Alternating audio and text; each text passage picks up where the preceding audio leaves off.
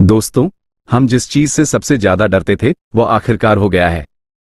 चीन ने पिछले 2 महीनों से जिस घोषणा की आशंका थी उसे उसने कर दिया है। ये खबर रक्षा सूत्रों में चर्चा में थी कि चीन ये घोषणा कर सकता है और अब यह आधिकारिक हो गई। कुछ ही घंटे पहले एक रिपोर्ट सामने आई जिससे संकेत मिलता है कि चीनी वायुसेना ने J-20S स्टील्थ फाइटर जेट का विकास पूरा कर लिया है। इतना ही नहीं, उन्होंने ये भी घोषणा की है कि अगले 9 वर्षों के भीतर 2034 या 2035 तक उनकी वायुसेना में 1000 J-20 लड़ाकू विमान होंगे।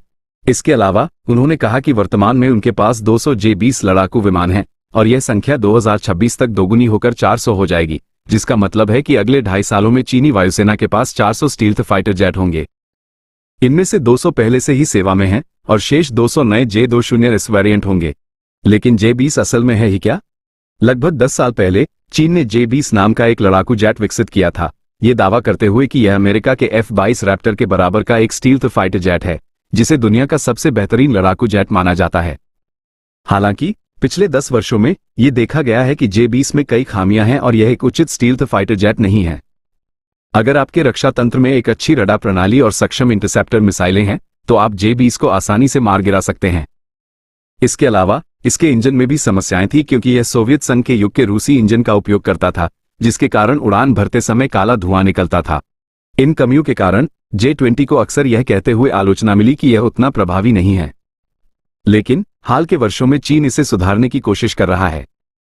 इसी कोशिश का नतीजा J-20S विमान है, जो मूल J-20 की अधिकांश कमियों को दूर करता है।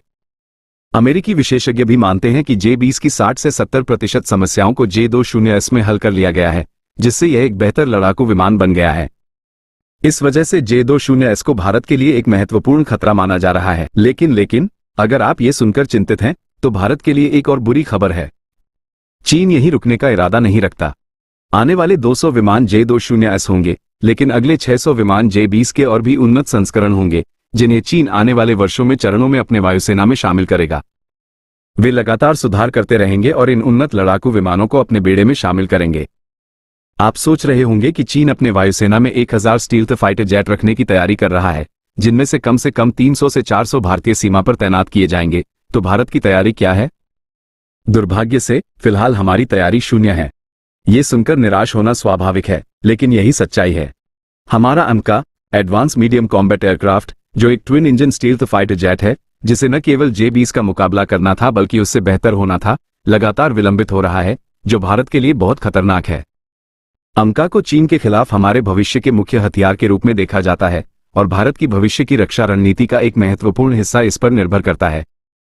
AMCA में देरी के कारण वर्तमान में हमारे पास चीन का मुकाबला करने के लिए कोई स्टील्थ विमान, हथियार या ड्रोन सिस्टम नहीं। भले ही कभी कभार ऐसी खबरें आती हैं जिनमें संकेत मिलता है कि भारत F-35 या रूस के Su-57 का अधिग्रहण कर सकता है, लेकिन अभी तक इसकी कोई आधिकारिक पुष्टि नहीं हुई है। एक बात तो तय है, भारत को अपनी रणनीति पर पुनर्विचार करने की आवश्यकता है और भविष्य में आपको F-35 से जुड़ी बहुत सी खबरें देखने को मिल सकती हैं। आप इस पर क्या सोचते हैं? अपने विचार कमेंट